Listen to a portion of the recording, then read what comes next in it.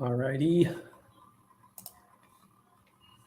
Make sure the audio is set up right. Hopefully everybody can hear me.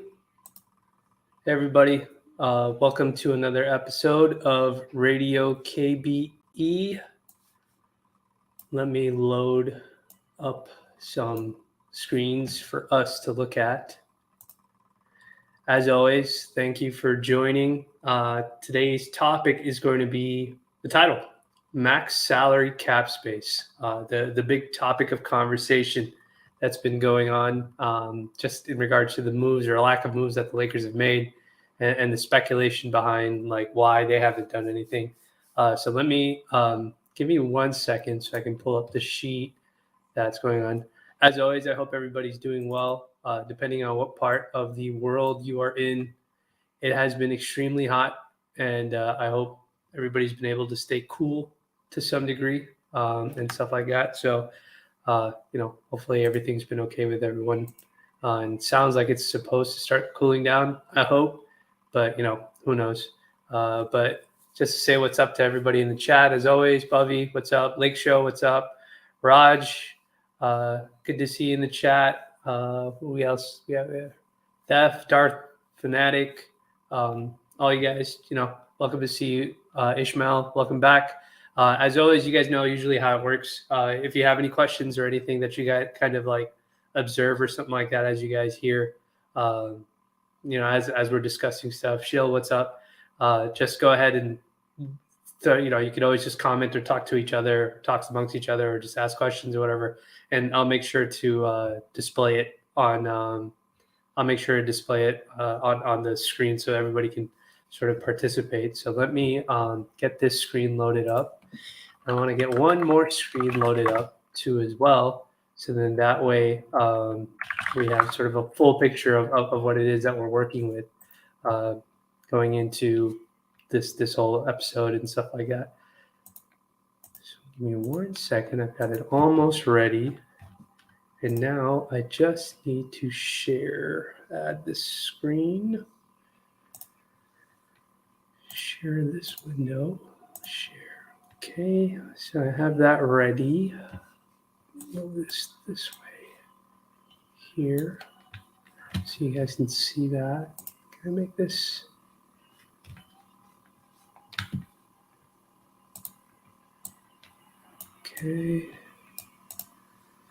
Okay, so the title of this episode is going to be about just the signing strategy that the Lakers have essentially done when it comes to sort of the decision making and stuff like that they've done. And recently, what ended up happening is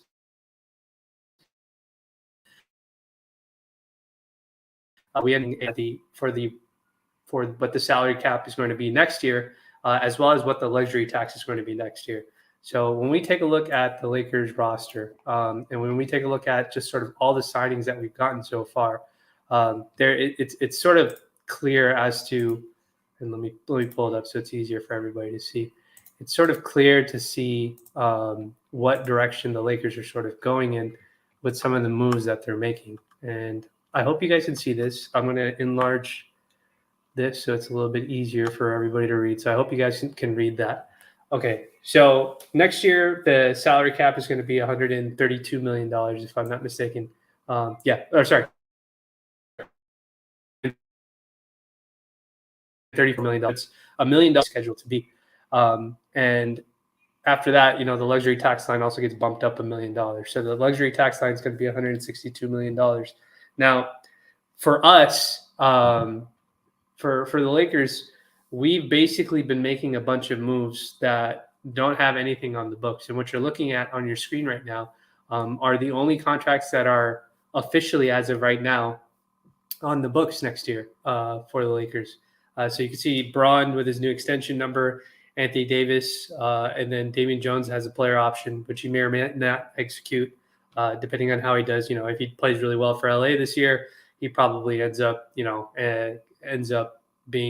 getting an offer from some other teams. It's very typical. We saw it with JaVale. We see it with a lot of players who people don't see because they're not necessarily on really good teams. And so Jones may opt out of it, and then we have Max Christie, right? The rookie we signed, who's on his rookie scale contract.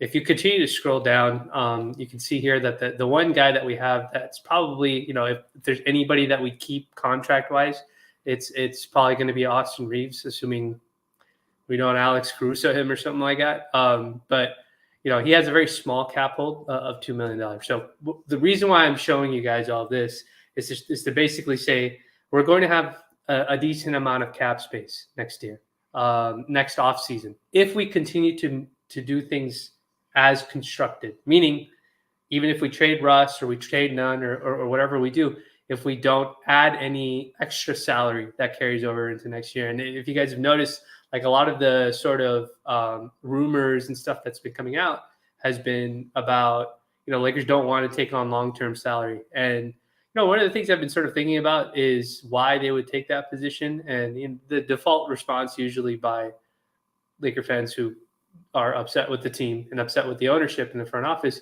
is that they're being cheap. And to some degree, that them not taking additional salary on doesn't have anything to do with them being cheap. It's more like the reason they're probably not willing to take on long-term salary is because they don't actually have a plan after, like, up until LeBron leaves. So they're just kind of trying to figure things out at going forward. Now, that's not an excuse. I don't think that's a good way of doing it, because we've seen what happens, right? You win a championship, you turn over your roster in a good way. Like Schroeder was an upgrade, Marcus Gasol was an upgrade, but your two core star players get hurt. They don't really make it back healthy in time for the first round of playoffs. You get bounced, but then you panic and then you let those guys go, and then you redo the entire roster again. Obviously, making the Russ trade and stuff like that. And now you have this current iteration of the team, which still has Russ on it, but may not have Russ on it if the Lakers get the deal that they want, which is what we've been hearing. Or they may just continue to run moving it forward because they believe Darvin Ham's system is just it'll make a world of a difference, which it may. Who knows? But that's what leads to a very complicated situation, right? Because you're constantly changing out the role players around him. And if you know the history, if you've been a longtime Laker fan, the Lakers franchise don't value role players. They value role players from like a basketball standpoint, but they don't value them from like keeping them on the roster for a long, long time. I think maybe the only guy who ever actually was really tenured with us for a significant amount of time that was a role player was probably Derek Fisher. Like outside of him, like everybody has moved on at some point somewhere else. Like Robert Horry had a great run with us, and then he went to the Spurs and won more championships with them. Right after we had traded for Trevor Ariza way back when, and he helped us win a championship. We didn't retain him. We went for Aaron Artest instead, and we let Trevor Ariza walk. So like this stuff happens, like this churn of role players constantly happens with this franchise. It's a historical thing that's happened. And I actually think it's a bad thing in this current era, because the way the league is going and the way that like the regular season is putting like the wear and tear that it puts on like your star players, you actually need good role players to help you survive the regular season, right? To do the small things, the dirty work and stuff like that. And to get those sort of role players to do that, you have to pay them, right? You can't be cheap. You can't try to skimp by getting by on veteran minimums and stuff like that. You either have to have like rookies who are very capable, or players on rookie scale contracts who are very capable of being regular season rotation players, or you got to pay for decent guys like Patrick Beverley, who will cost you $13 million a year and stuff like that. So, or guys like Kentavious Caldwell-Pope and Kyle Kuzma, guys like that'll cost you double-digit $1 million to be rotational players. So I think this is going to start catching up to the Lakers, and I don't think it's going to start. I think it already has. And what you're seeing is that a franchise that's never really valued or had sort of a strategy or a plan for keeping a core amount of role players around their stars. And some of that's also because of the coaching staff not being consistent the entire time and not having a consistent philosophy. Like when you don't do that, it makes continuity very, very hard. And it puts too much of a reliance on your stars to do it. And look, no matter what team no matter what team you're on, if your stars aren't healthy, you're not going to be competing. It doesn't matter who it is, right? Like if you use the exact comparison of the other team that's in our city with the Clippers, most people would say they are the most smartly constructed basketball team in the NBA. They said that last year, right? Not just this year, but they said that last year too as well. But if Kawhi is never healthy and if Paul George can't stay healthy, then it means nothing. They're a playing team just like the Lakers were. No matter how bad the Lakers looked versus how good the Clippers, how bad and how well they were constructed compared to each other. But the thing is that getting to a baseline of good roster construction matters, and that involves having role players that you can trust that are natural fits to your coach's philosophy and stuff like that. And I think the Lakers have been really, playing with fire, just ignoring the value of role players. And we know role players can help win championships, and they can help turn the tide of a series. You can see that with Gary Payton, the second for the Warriors. He was basically their 15th man, but he ended up closing out games for them in like several rounds of the playoffs and in the finals. There were times where the rising star Jordan Poole wasn't on the floor because they rather wanted to play Gary Payton Jr., Gary Payton II. Sorry. So role players do matter. It's just being smart about getting them. And so right now, the situation that the Lakers are in is we have all of our role players are basically on, all of our non-star players are basically on expiring contracts. And the ones that are not on expiring contracts are very minimal players like Damian Jones and a guy who hasn't even played a single NBA minute in Max Christie. So as of right now, this is what the cap outlook is for the Lakers. And so what I decided to do for this exercise was kind of just I wanted to show everybody what it looks like if the Lakers decide to, like, how much actual cap space do they get? What avenues do they have if they have that cap space? Like, what's the real outlook of something like that?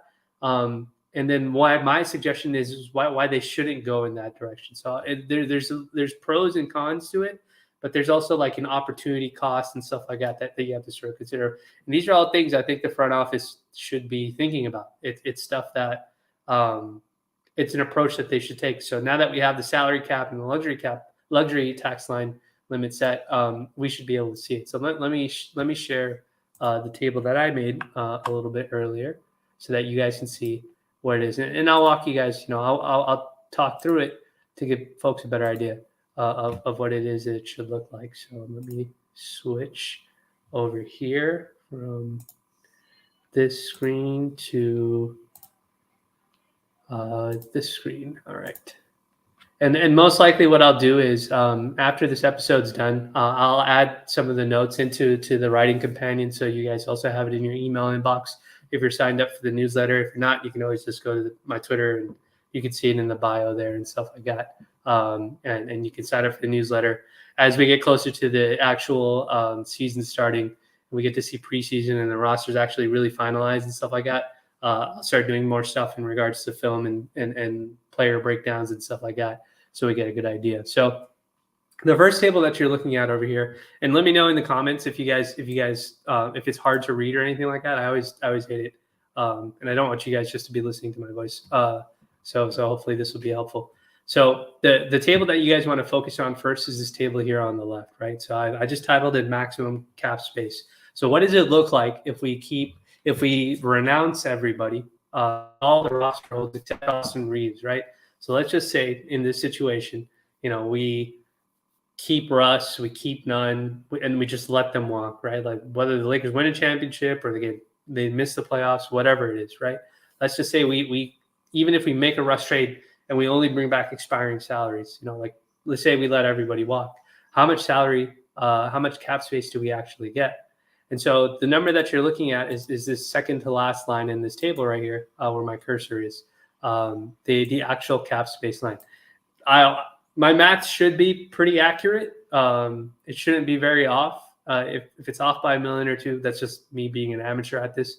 But this should be pretty close to what it is. So Lakers will have about right under $35 million in actual cap space if they decide to go this route.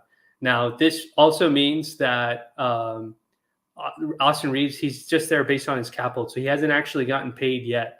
right? That's just his cap hold number based on his qualifying offer. So that's the actual cap space that we have available. So the thing that everybody's been saying is, well, if we go this route, the Lakers will have a bunch of cap space and they'll be a cap space team. Well, for sure, we'll be a cap space team. But then the next question becomes, who are you saving all this cap space money for, right? $35 million.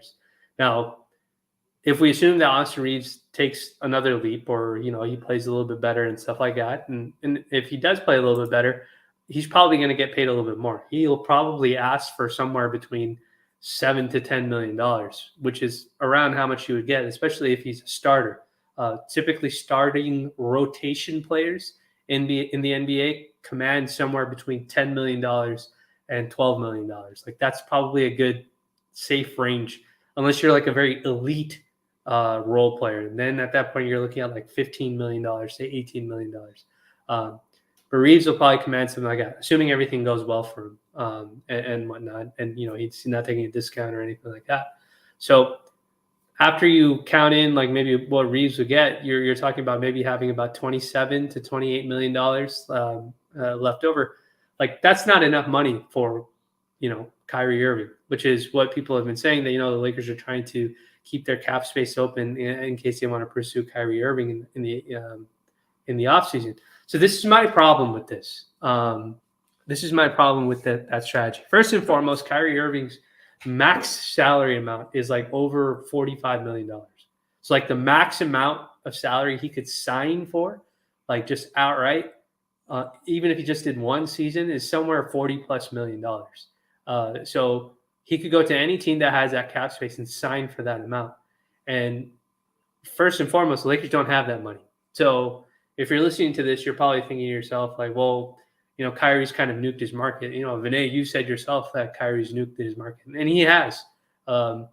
Just because he can sign up to $40 to $46 million doesn't mean some teams are going to offer him that, and that's very well true.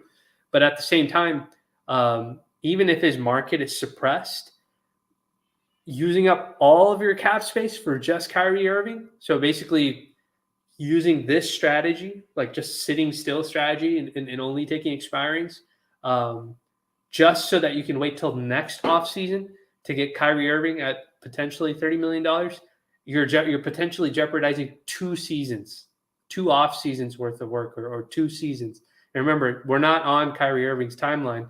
We're on LeBron James's timeline, so we can't, the idea of doing that. So that's one of my issues, right? That you're not taking the roster construction seriously this season because you're already looking forward into next season. So I don't agree with that. I think that's a terrible idea.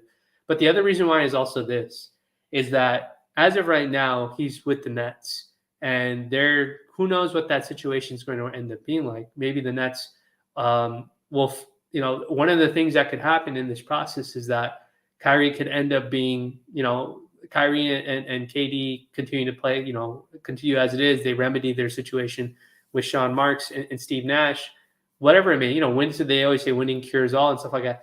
They may re-engage in conversation, Kyrie and the Nets, and they may find some happy medium when it comes to their extension, with his extension. So that's a risk that the Lakers run by running this strategy. Like, the other thing is the Nets may just get smart, and they may just turn around and say, look, even if he doesn't want to stay here, we're still better off trading him to the Lakers as opposed to just letting him to leave for nothing, right? Because at the very worst, we can get back an expiring contract, Russ's expiring contract or something like that at the trade deadline or whatever it is, and maybe get some second-round picks. Get something instead of nothing. So it almost behooves the Nets to give him even a very nominal extension so that he can have his, extend his bird rights basically for another year, and then get something back in return for him if there's a team out there that wants him. So essentially what I'm trying to say is, by the time the trade deadline comes around, regardless of whatever the situation is with the Nets will probably trade him, right? They'll probably try and trade him to a team that's willing to give him some sort of contract that he wants that may be a little bit more in his favor. There may be a team out there that, for whatever reason, changes their direction and is interested in going after him. That may not necessarily be the Lakers. So now if you've done this strategy just to preserve cap space for him, and then he gets traded because he found a deal that's better for his own livelihood, now you're in trouble, right? Like, your strategy just kind of went out the way. And then the last thing is also this, is that if you're going to do this strategy, are you willing to give Kyrie Irving a contract? So Kyrie has to take less than whatever his max is, right? If it's in free agency. And then the second thing is, are you willing to give Kyrie a max, or is he willing to take, not a max, a contract that is of the same length that LeBron and AD's is, right? Because if Kyrie signs next year, then he's basically only going to be offered a 1+1, right? And that's where things get very tricky. So this idea that we're trying to save cap space for that we're trying to save cap space or leave it open to go land a big fish like Kyrie Irving, it's not a good strategy because there's just too many things that could go in the wrong direction. And if nothing else, the Lakers could end up looking very foolish for just kind of waiting around and keeping themselves available. Like if you're not going to trade for him during the season, then there's no point in chasing him in free agency also as well, because it's just you're hinging too much on the feelings and decision making of a player who is going to look out for himself more than he's going to look out for being in LA or being reuniting with Bron and stuff like that. Because as we know, like that's usually not the case. Like that's not what happens. So that's one of the things that like this strategy of maximum cap space doesn't work. And the other thing I wanted you guys to show was like just what this actually is. So this is the actual cap space, right? Like $35 million. Now, if you look at the table that's next to it, that says carry salary over. So this is an alternate strategy that I'm suggesting, which is carrying salary over. So because we know what the luxury tax limit is, there's this thing that's been getting floated around by folks around, like insiders around the league, that what the Lakers are actually trying to do is they're trying to avoid having to pay luxury tax next year because of the repeater tax penalty, right? Because if the Lakers pay tax next year, they'll have to pay, like right now they would be paying like I think $2.50, and then there's like a step ladder increment thing of how much tax they're paying for every dollar they spend in luxury tax. Well, next year if they pay luxury tax, they'd face the repeater penalty, which means they'd have to pay like $3.50 or $4.50. I forgot what it is. I don't know the exact number for it, but it's an increased penalty dollar for dollar that they have to pay. So if they're trying to avoid that next year, then they can reverse the math, right? And so that's basically what this second table is that I wanted to show you guys, that this second table is basically what it looks like if you reverse the math and then you try to figure out how much salary you can take on. So if you look at this table here on the right, you'll see it's constructed almost exactly the same, except there's a few more fields in here. So we have same salaries, James, Davis, Christie, Reeves, the empty roster holds, which is required. You have to put that there. And then you can see the total salary and holds is about right under $100 million. Then you can see the salary cap limit, the luxury tax line.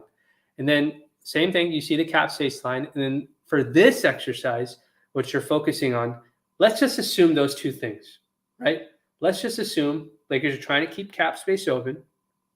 And then the Lakers are trying to keep as much space from the luxury tax line that they can, because they don't want to pay the repeater tax next year.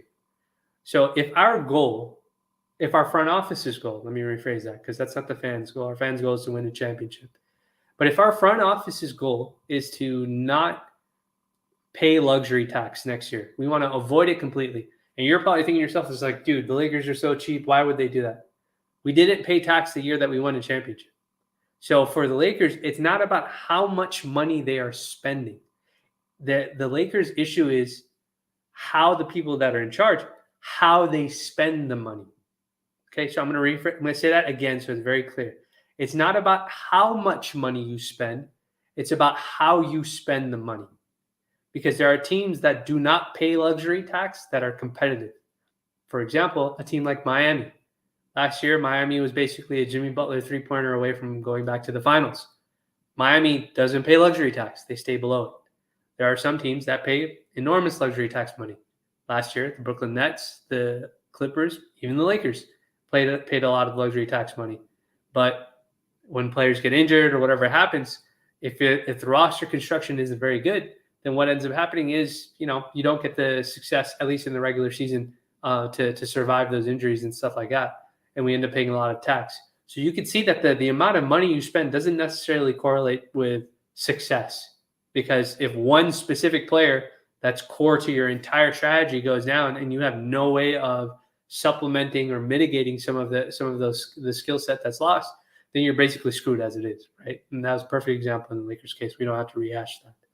So in this example, or with this table, it's all about this strategy. It's all about how we spend our money. And the Lakers, in the current situation that they're in, we have a ton of expirings.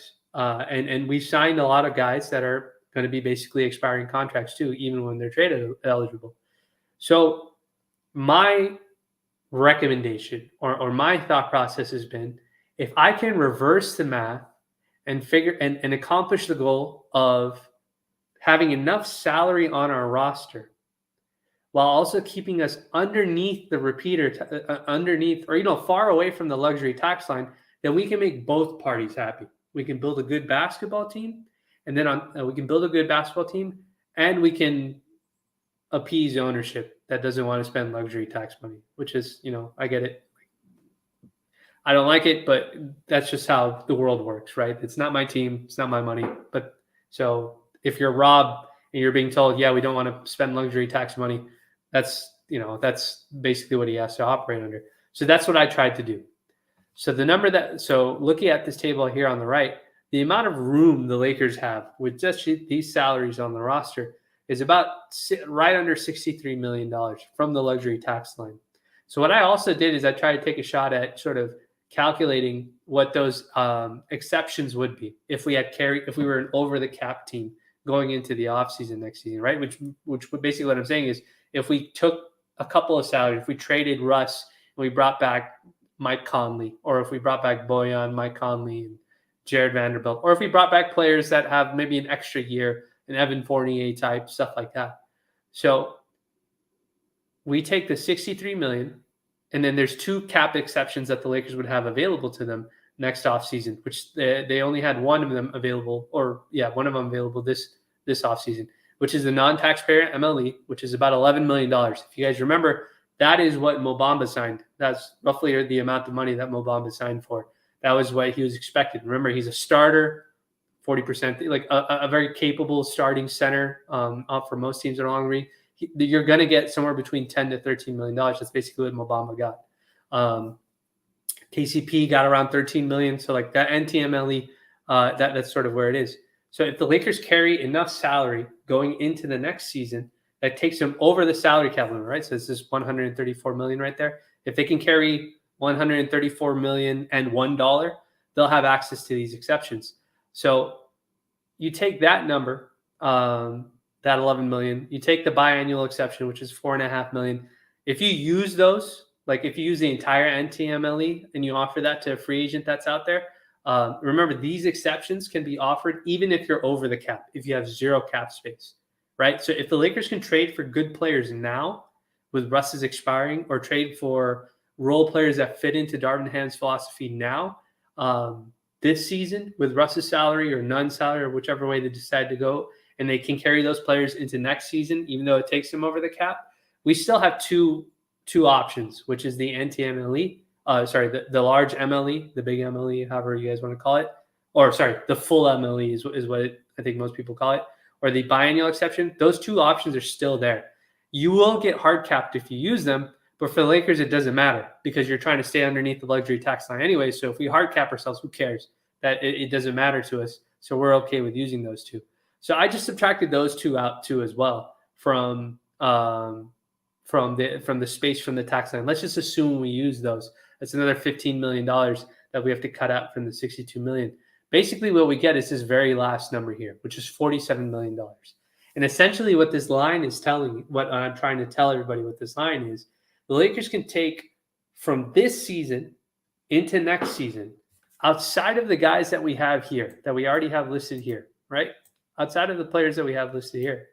Oops, sorry.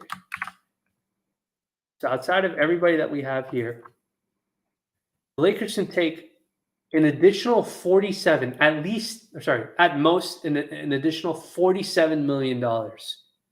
And even if they use the full MLE and the full and the biannual exception as their two cap options next year, they'll still be underneath the luxury tax line.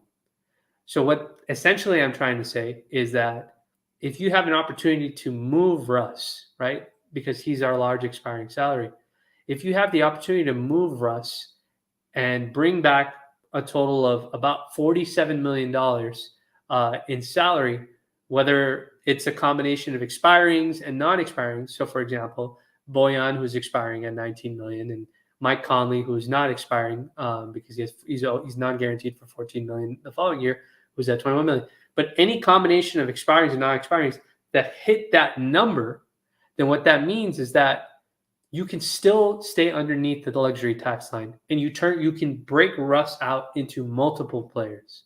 But that requires a level of creativity. That will require probably a level of compensation. That also requires a level of willingness from our front office to have foresight as to what direction they want to take this team in. And that's sort of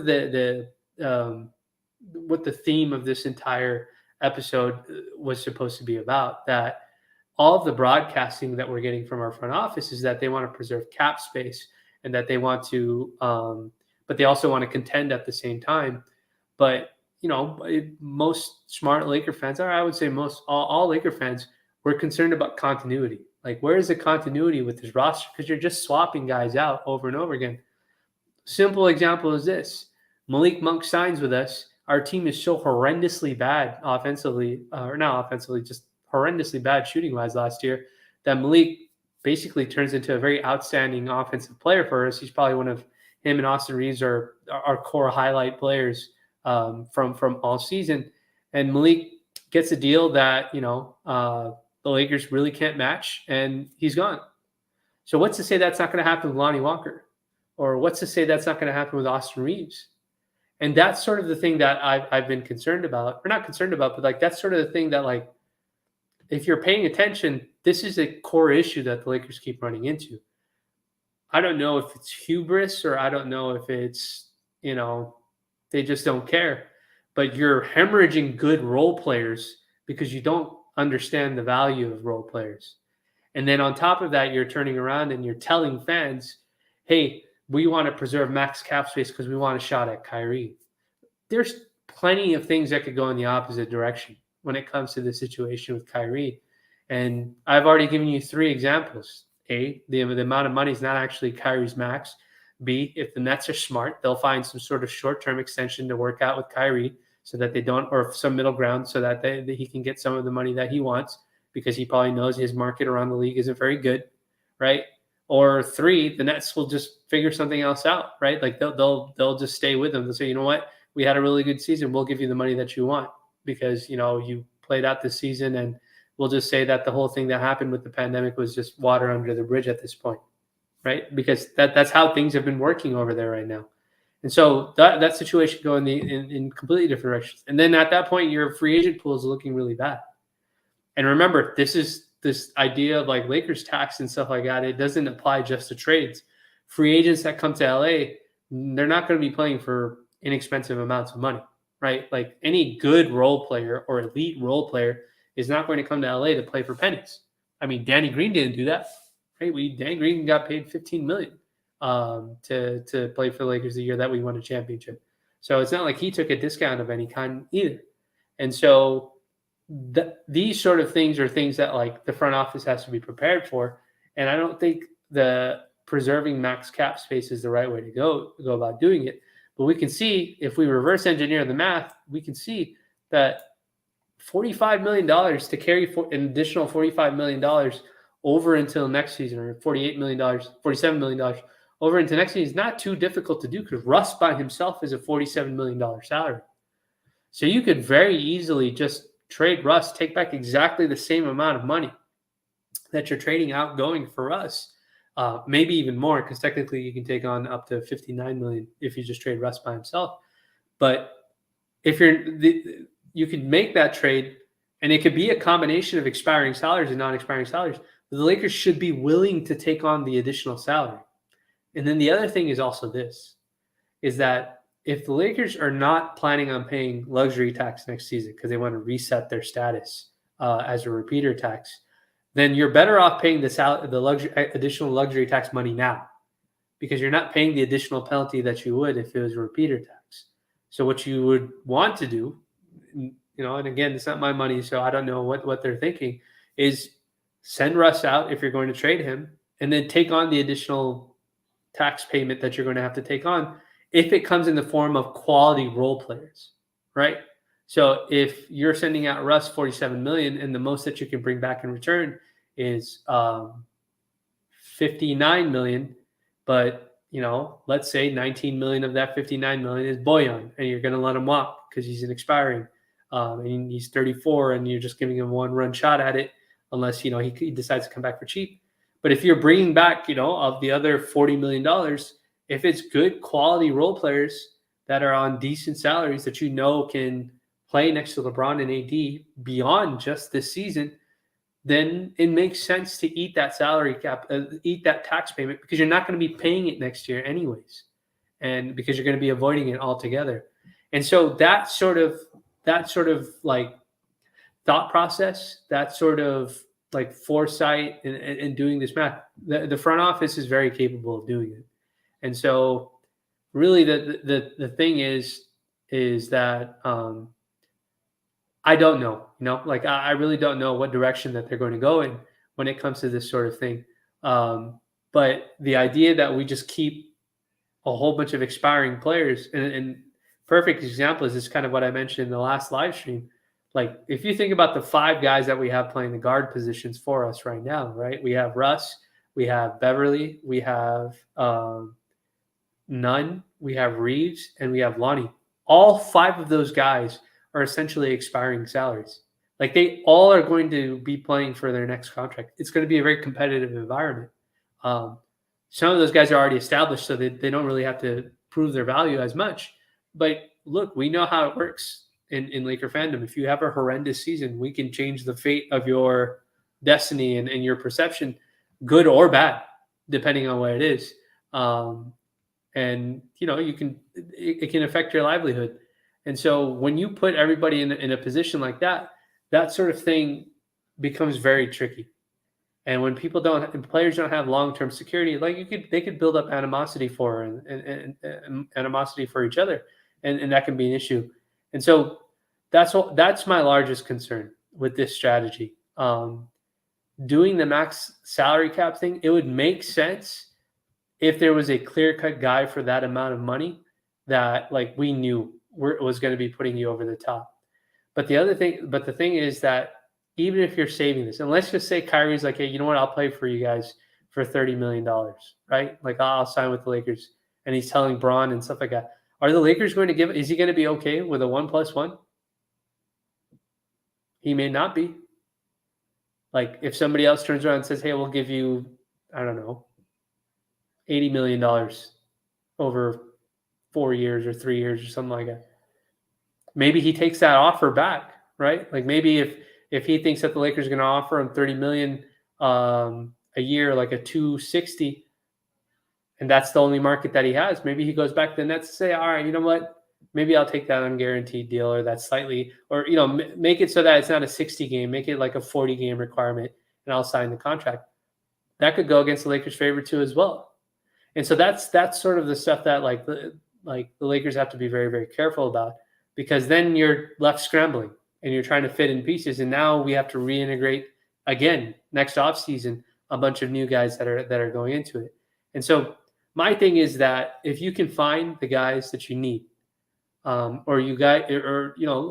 to like a guy like Patrick Beverley, if Rob and the front office is committed to building a roster that fits the vision of that fits Darvin Ham's philosophy and their vision, then go get those players now.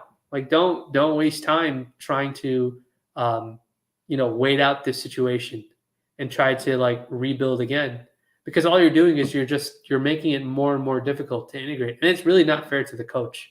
It's not fair to Darvin Ham, being a rookie head coach, to figure out how to make that all work. And so that's sort of what I wanted to talk about on this episode.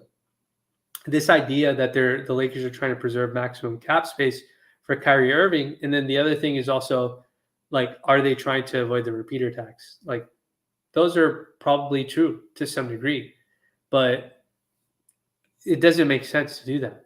Even the Kyrie thing sounds like a little far-fetched. It's just like, are you really trying to keep this cap space open for Kyrie? Like, why not just aggressively trade for him now, right? Like that sort of thing. And the Nets may not want to trade him. That could be it too. But if Kyrie is not destined to be a Net, like next offseason, I would suspect the Nets will try and trade him before they let him walk for nothing. Just because it's just not smart asset management to do it that way.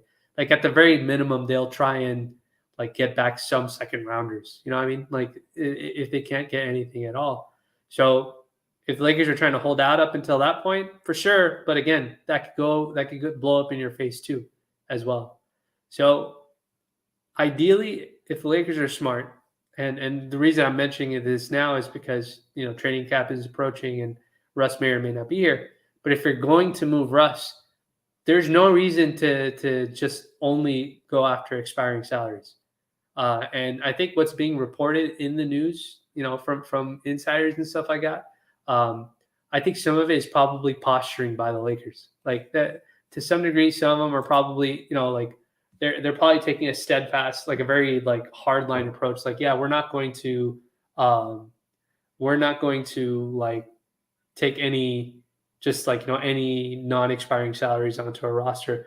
Like we're going to make sure that we take only certain guys and stuff like that, which is fine. I don't mind the Lakers taking a hardline stance when it comes to that. I think our GM is looked at as sort of an easy mark when it comes to making deals and stuff like that. And so, I get that he's only time, but obviously we don't want to lose a deal or something like that, like the Knicks did with Donovan Mitchell when it comes to it. But in all honesty, it doesn't make sense to keep cap space open because all you'll be doing is just spinning the wheel. Like if Patrick Beverley is the guy, like if Pat is going to be good next to Davis and next to LeBron. And he fits like Darvin Ham's mold. Obviously he has an injury risk to himself. He has a hard time staying healthy. Like that's probably why they won't extend him early, even if he plays well. Like try and look for guys, like maybe that, like if you're targeting Miles Turner for that very reason, then that makes a ton of sense to me. If you have a plan to extend Miles Turner and carry that salary over, like Miles Turner gets paid like $19 million right now, almost $20 million. He wants a raise. I don't know what that looks like. Like, is it $22 million a year or is it, who knows what it is? But if you add Miles Turner, even though he's expiring, like you're going to carry him over basically into next season, keep his cap hold, re-sign him at whatever number he wants. Like that'll be part of the $47 million that you can carry over from this year into next year without breaking the luxury tax line. Like that's okay. Like that's a smart way of going about doing it. But the Lakers just have to be smart. Like you have to find guys that can help this year, next year, and then if LeBron and AD decide to opt in and stay with the Lakers for a third year in a row, then they have to be able to contribute in all those different facets. But just keeping max space open every year, all that if they continue to do that, all that tells me is they have no clue when LeBron is going to leave, and they're just trying to stay in front of it. Like they're trying to not be the team that like was stuck with bad salaries or something like that. Like they have no plan. That's what I interpret it as.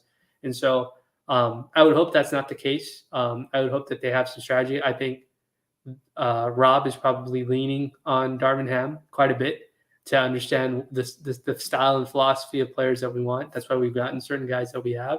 But there's no reason. There's no reason for us to just keep adding expiring salaries or training Russ and then only for expiring salaries. Like go get guys on rookie contract scales that teams don't want, or go get guys who've fallen out of favor with their teams because there's some younger guy that they want to promote over him, but would be a great fit for the Lakers because we need shooting and stuff like that. There's a lot of players like that around the league that the Lakers can tap into. It's just a matter of them, being creative and Rob having the relationships for us to do it. So that's what I have for this part. So I'm just going to, if you guys have any questions, I'm just going to read through your comments and stuff like that. But you can always submit your questions, and I'll try and answer some of them, or we'll discuss them on here. So let me see if I can pull up some of them. So Lalo, since the salary caps next season got raised, how much cap space could we have next season? So if we only keep to answer Lalo's question, if we only keep LeBron, AD, Max Christie, let's say Damian Jones, he leaves, he gets a nice deal somewhere else because he played really well for us. And let's say the only guy we keep is like Austin Reeves, like his cap hold of $2 million, which would be the smart thing to do. We'll have like about $35 million in cap space. That's with my rough math.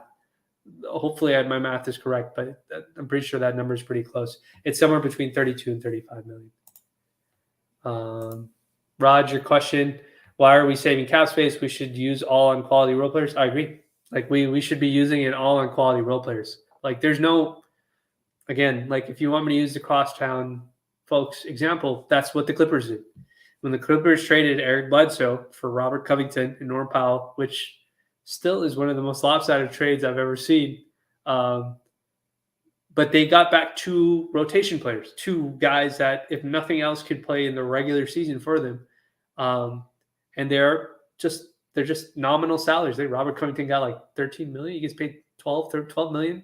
And Norm signed a $19 million deal. Like I think he signed like a 4-year deal with Portland, and then he fell out of favor there. So it's like, but they saw an opportunity to add 2 rotation guys to their team for a very minimal cost, and they carried them into the following season. So now, if you look at their cap sheet, they have like Kawhi, Paul George, the 2 big dollar amount guys at $40 million each, but then they have a bunch of 12, 13, 14, 15, 19, 12, 13 like $1 million players. And, they very easily can move some of those guys if they need to cut, if for whatever reason Steve Ballmer decides he doesn't want to have as big of a luxury tax bill, or, if Kawhi or Paul George get hurt and they got to punt the season because they know that they just can't compete. Like they could very easily do that too as well. But it's just a matter of having the foresight, having an idea of how you want to play basketball, identifying where those players are, and then trading for those players in advance. So they made their move last trade deadline. So they never really had to make any offseason moves because they made their moves in advance. That's what I'm trying to say the Lakers should do. They should make their move now, so you're not trying to strategize anything during the trade deadline or further out into the following offseason. We should be using it on quality role players. Scoob, yeah, this team really needs continuity. That's one thing they've lost. I agree. I think the injuries to LeBron and AD have hurt that continuity too as well. But like our front office has to be able to say, look, we have a roster that we feel that as long as LeBron and AD are healthy, these guys are the perfect role players to get them in Darvin Ham's philosophy to get them to where they need to be. They may feel like that's what they have right now. I disagree with it, but like we have to get to that point. I don't think the Lakers have 8 rotation. I don't think they've got 8 playoff rotation players that I trust just yet. I think we have like 3 or 4, and I think we still have a couple more to go. So that's what I'm hoping that we can get to. Let's see. Just Neil, with the increase in salary cap, with the values of taxpayer and non-taxpayer MLEs increase, yes. So yeah, you're right. So when I did the calculation for the non-taxpayer MLE for my example in the table, I did it including the potential increase, but that's assuming my math is right. And if it isn't right, I'm pretty sure it's close to it. So the biannual exception, I think this year was like 4 million, like 4.25 million. So next year, because the cap went up, it's probably going to be somewhere like 4.5 million. Same thing with the non-taxpayer MLE. It'll probably jump closer to 12 million. But yeah, those numbers go up when the salary cap number actually goes up. I don't know what the exact number is. That's the only thing. Let's see here. Scoob with the follow-up. I would really prefer to trade West, but I also don't want to trade both picks. I am stuck in the middle. Is there a medium? Okay, so I'll tell you guys this because there's only so I'll tell you guys this. Teams are not asking for 2 picks from the Lakers. From what I've heard, they have only been asked for one pick, but the Lakers are our our negotiators are not offering any first round picks to these teams because of the return that they're getting, and the Lakers are very, very protective of their future first because they know the actual value. You know, like an unprotected first is very valuable. It should return you back an all-star player, which I agree with. So the Lakers are not actually offering any first round picks right now. And I think the one thing that I think can help clue you guys in on it is if you guys go back and read the write-up that Woj did talking about the failed Knicks trade with the Jazz about Donovan Mitchell. He mentions a third team that was supposed to be sending 2 pick swaps and 2 second-rounders. And that third team was going to get Evan Fournier and a first-rounder from the Knicks for taking on Evan Fournier's contract, so that way the Jazz didn't have to. I have good confidence that third team was the Lakers, which also means that the Lakers weren't giving up a first-rounder to facilitate that Donovan Mitchell trade, which is actually really good. That's better than the deal that I actually had mocked up. So I suspect what's happening right now is the Lakers are playing very, very hardball when it comes to moving Russ's contract, and they're trying to do it without giving up any firsts. They're offering seconds. They're probably offering pick swaps, stuff like that, stuff that's not necessarily straight up unprotected first, but there's a haggling going on in regards to that. Whether it falls through, it doesn't fall through, I don't know. But that's what's happening. I don't think two picks are even on the table for anybody. There's no player that's in return that's being sent that's even worth that. So to answer your question, Scoop, you don't have to worry about it. I don't think they're going to be trading 2 picks. I think at the very most they may try to protect a first if they have to get the players that they want back in return. Let's see what else we have here. Among other top B2C, so do the Lakers do that Utah trade or Indy trade when they can get similar tier players and fight for agency? So I think, so the Lakers, your question was, among other top tier B to C guys, do the Lakers do that Utah trade or the Indy trade when they can get similar tier players in free agency? That's the question. I don't think the Lakers want to wait that long. I think there is an air of, hey, we don't want to waste another season, especially if LeBron and Anthony Davis end up being really healthy and they play 60 games or whatever. Like, you don't want to lose because you didn't go after the role players that you needed to or fall short because of that. So I think they're going to try and go after the guys they want to go after. Now, might be the Utah. I think Utah is the closest to actually getting something done. And then, I don't know where Indy's at. But Indy's been weird about what they're asking for in return for Miles Turner, and that's just Indy being Indy. Let's see. Just Neil, your follow-up. Would this mindset they're reportedly adopting make more sense had LeBron not extended? Yes. Yeah. So the max salary cap strategy would have been maximum cap space strategy. If LeBron did not extend with us, I would have been like, yeah, you know what? Just don't even let him. This is his farewell season. Let him do his farewell season with us. Like, keep your cap space fully open, because that's a better way to go about doing it. But now that he's extended, there's zero reason, right? Like, because there's no. If LeBron hadn't extended with us and he was like potentially, considering leaving, like him leaving would have opened up like $80 million in cap space, which Lakers don't have to sign anybody. They can literally go to other teams and say, is there a guy that's on your team that you're just trying to get rid of?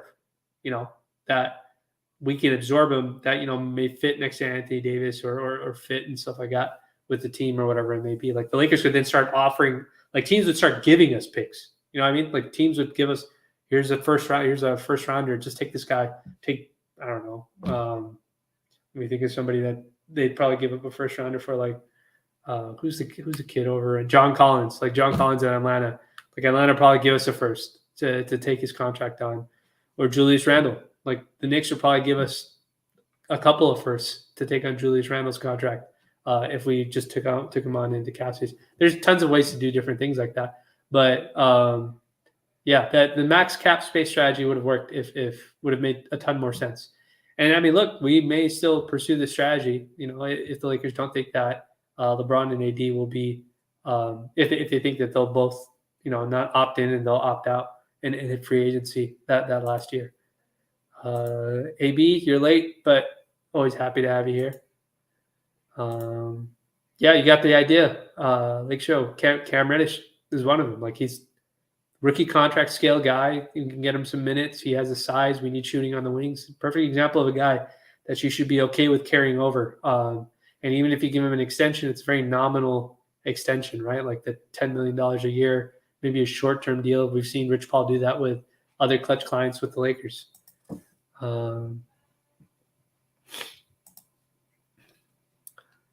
Let's see here. Do you see a trade happening before camp still, or more so at the deadline? I think the Lakers want to try and do it. Honestly, I think they want to do it before training camp. But you know, if it just depends on what the win or what the return of players sort of looks like for the Lakers. Like I just don't know how the front office is operating. I do think that Jeannie going around and just kind of broadcasting to everybody how supportive she is of Russ, or how supportive like the franchise is of Russ, is funny. Like she's promoting the show, but I read more positive stuff about Russ. And the reason why this is funny is because I was very supportive of Russ, and I still am very supportive of Russ during the regular season. And Lakers Twitter was killing me every single game for saying anything nice about Russ, because you know, that just wasn't the hot thing to do. And the Lakers never said anything positive about him, like unless he had like a very super highlight game or something like that. And then all offseason, you hear nothing about him. You don't hear anything positive. And then, you know, magically over the past 2-3 weeks, you start hearing nice things about him. So it just cracks me up, just the timing of everything that sort of worked out and stuff like that. So that I just think, you know, I think they do want to try and do it. I think it's mutually beneficial. But even if they don't, his contract just gets more valuable because the Lakers have already paid a certain amount of it. By the time it gets to the deadline. And so then it really becomes, you know, a salary cap cleaner, like a cap sheet cleaner sort of deal.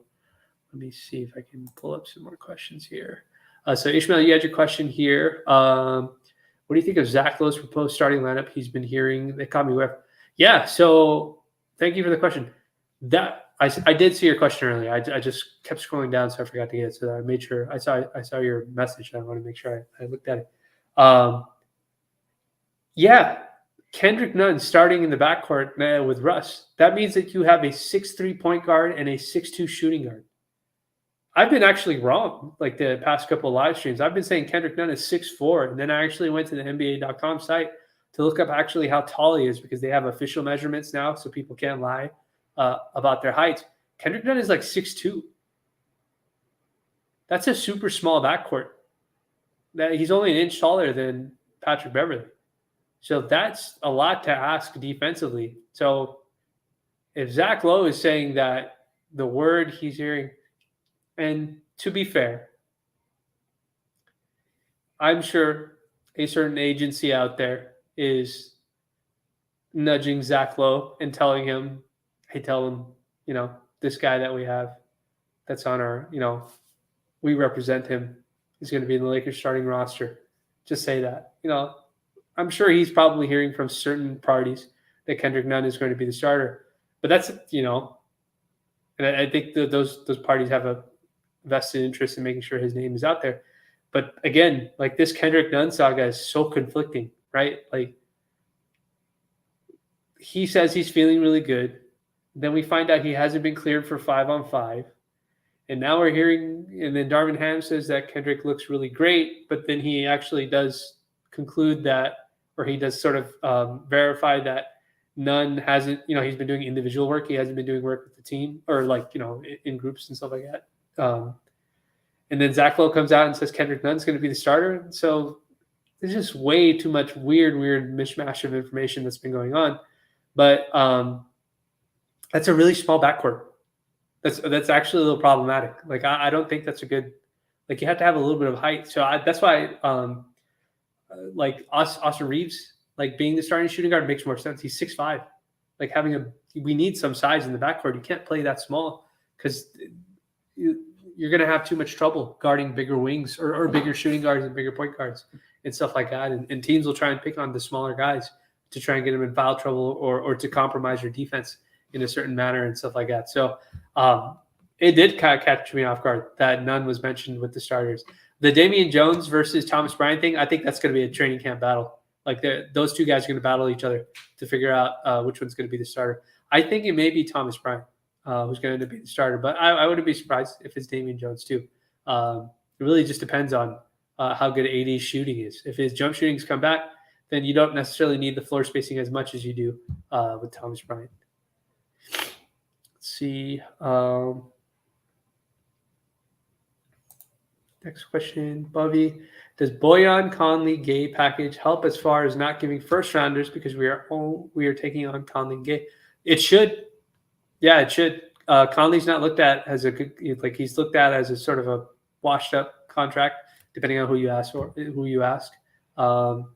Rudy Gay, again, he's like 36, I would say 37 years old. He's pretty old to himself. Conley's really old to himself. So the extra years should be in the Lakers' favor. I would imagine that's what Rob is saying. He's like, if I have to take Conley and Gay on, then I'm not giving you a first, right? If the only prize is Bojan. That's probably also why we heard from reports. I forgot who reported it out. Somebody on ESPN saying that like Danny Ainge thinks that Bojan is worth the first by himself and Beasley's worth the first by himself and was it Clarkson's worth the first by himself, and people are like, "Whoa, what are you talking about?" That's probably why you're hearing stuff like that. But I think if you take on players like that, like you should be able to not have to give up that much. How valuable do you think those picks are really? Is one more valuable than the other? Shell, thank you for the question. It's not about how valuable the picks are to the Lakers.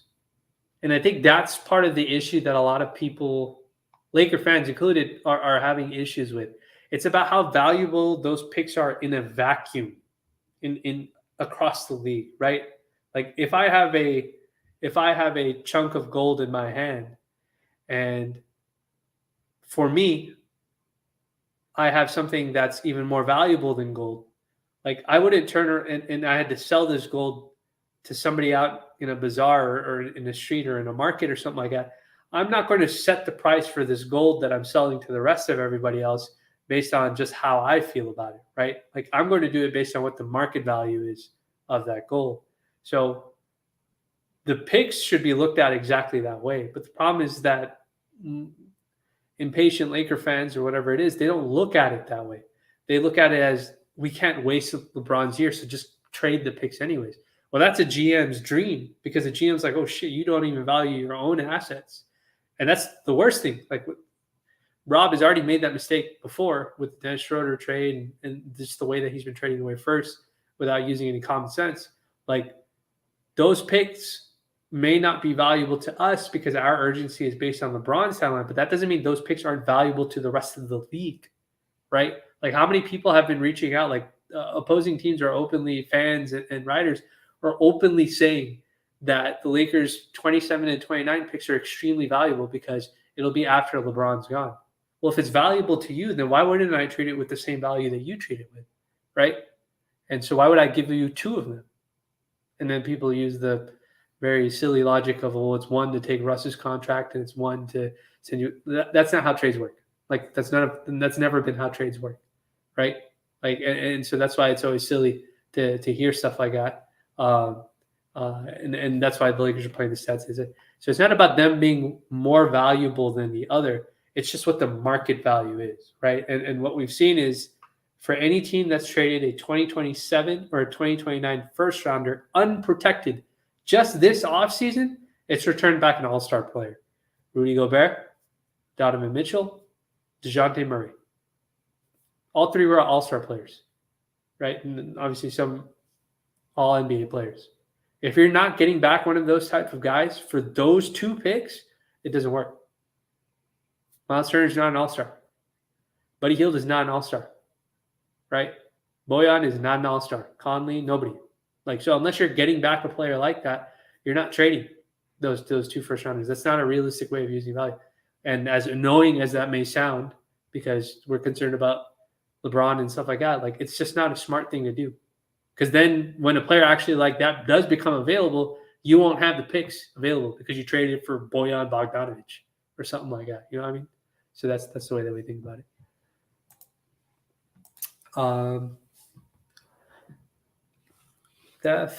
You didn't. So your question was, you didn't think the Lakers are even offering 1 pick for the Pacers package? So I think the Lakers and the Pacers package are offering a first. I don't think it's an unprotected first. I think the Pacers are trying to get 2 unprotected firsts. That's not going to happen.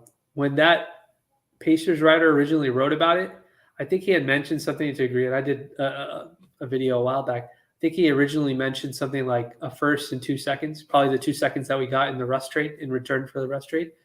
But I bet you that first was probably heavily protected. It wasn't like a top 4 protected. It's probably like a lottery protected first. That's probably what it was. But, you know, Pacers are trying to play hardball. They think the Lakers are desperate. But from what I've heard about the Jazz package, I don't think they're offering that just yet. Just Neil, in your opinion, your question is, would you consider having AD as a cornerstone piece in a post-LeBron era, or would you prefer completion?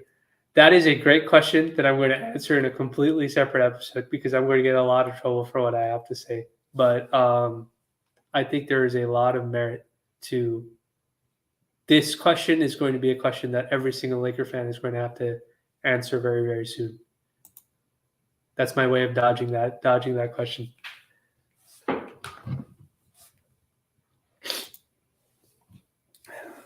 Lake Show, do you think being Knicks couldn't get Mitchell that they'll be players in the trade market this offseason? If I'm the Lakers, I'm offering 2 seconds for Cam Reddish and try to get Utah role players or indie role players.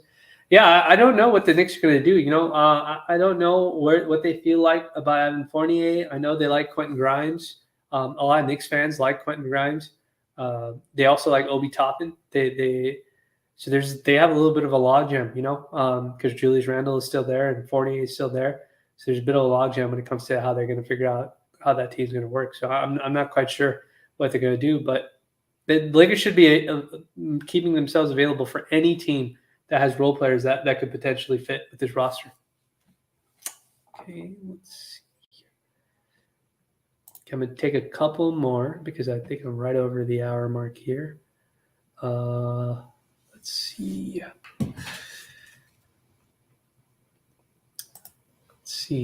From Darth Dan, would you prefer Vanderbilt or Beasley from the Jazz with Boyan and Conley? All right. I would like Vanderbilt over Beasley. From what I've been told, the Lakers really like Scottie Pippen Jr. and Malik Beasley has a bit of a off-the-court drama, could result in some off-court drama with Scottie Pippen Jr. Also, I don't want to add any more guards to our roster because I think we have too many guards, too many guys. And Vanderbilt is an excellent he just recently signed with Clutch. I tweeted about the Lakers being smart and possibly looking at getting him in case the Utah doesn't want to keep him a month ago. But then I think I wiped all my tweets. I usually do it every year. I wipe my tweets, but at the end of the NBA season. So I remember I tweeted about him after he got traded. But he would be excellent if we play 4-out alignment basketball. Like him being the one-in guy, just battling for offensive boards and defensive rebounds would be excellent. Like his rebounding motor is crazy. And he is a very, very good defender, very good length, very good defensive footwork, good hands. Like he's an excellent scrapper, and he does all the small things really, really well. And he's on a really good contract. So I would like to add him. I know he can't shoot. If we get Conley and Boyan, I would like to give Vanderbilt over Beasley. And then I would probably try and explore moving Nunn. Like try and move Nunn for a shooting wing, any shooting wing that we could get. But that he would be a guy like you would want to keep him on the Lakers for multiple years. You don't want to lose him after that. Lakeshore, if Rob fails this offseason, they should hire Eric Kunkis and make us the GM. Okay, thank you for the comment. I talk to Eric all the time. He's awesome. He's one of the guys that is he's always very encouraging when I do these videos and stuff like that, and I always bounce ideas off of him. But that would be funny. I would be shocked if the Lakers ever hired me for anything. Christian, your question, even if Russ stays on the team, I think Reeves should still start. And also with Pat Bev starting, do you worry about his fouling becoming a problem? I do think Reeves should start next if Russ stays. I do like the idea of Reeves and Russ. If you're going to have Russ and you're going to play a Ham style, like this Ham's offense, you got to have young legs that can run with Russ and can run. That would be like ideal. That's every version of Russ that's been successful has had guys that can run with him. Or even if you have guys, like you gotta have at least 3 other guys that can run with him in transition on makes and misses, because that's like his best benefit is putting pressure on the rim and stuff like that. So that Reeves is a good option for that, and he gives us some size too as well. With Pat Bev starting, do you worry about his fouls becoming a problem? It can be. It just depends on how aggressive he is. I've seen games with him when he was on the Clippers where he played really great basketball defensively the entire game. And I've seen some games where he just like within the first quarter, he has 2 fouls and now he's in foul trouble. And Reggie Jackson or whoever it was his backup at the time had to come in off the bench. It just depends on what version of Patrick Beverley you get. Most of the time you get the good version of him. So with him, I'm not really worried about that. With him, I'm mainly worried about his competitive fire, like turning into bad juju for the team, which I've seen happen way too many times with the teams that he's on. So it's just, keeping it under control and stuff like that. Okay. Let me see here.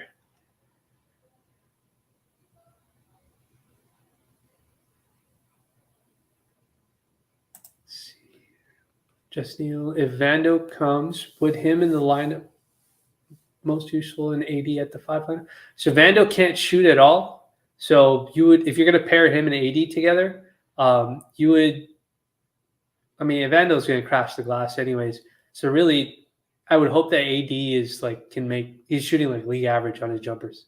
And then that's okay, because he'd be like the one non-shooter that's on the floor. But he's so good defensively, in my opinion, and so versatile defensively. That it would be very, very helpful. So I think that's going to be all of it. Okay, yeah, I think so. I think I've got everybody's questions. So we're at almost an hour and 15 minutes. I want to thank everybody for joining this live stream. I hope you guys have enjoyed. I hope that the salary cap table, the explanations, and all that stuff sort of I think like hopefully that stuff sort of made a lot of sense. This was a little bit more salary cap related, less sort of basketball related, but it should give you an idea of like the opportunity that we have available by moving certain guys and trying to build this roster out for a roster that can be sustainable for many years moving forward, as opposed to just 1 year at a time, because then that can end up being like it ends up being too difficult, like trying to rebuild the roster over and over again. So I hope you guys enjoyed. I hope, it made sense. You guys, the video will be up on YouTube. You guys can always go and check it out whenever you want. I'll take the tables that I shared here and send it out in the email newsletter as a writing companion with just some short descriptions of stuff, just to refresh your memory. And you can always leave it in your inbox or pull it up if you ever have deep discussions about the Lakers amongst your friends like I do. And then, if nothing else, we'll just continue to see what sort of happens with the team. And if this is the team that we go in with on the training camp, then I'll start sharing some tape and these live streams. Well, it won't be a live stream, but I've got an idea for what I'm going to do, like this sort of weekend update thing, sort of like the Saturday Night Live thing, the variety show on the weekends for you guys, where we break down tape and maybe we'll do some trivia and stuff like that together, and I'll have some prizes or something like that. Just for all the folks, all you guys that are always in here all the time, just kind of making this a really fun experience. So as always, if you can like and subscribe, I'd appreciate it.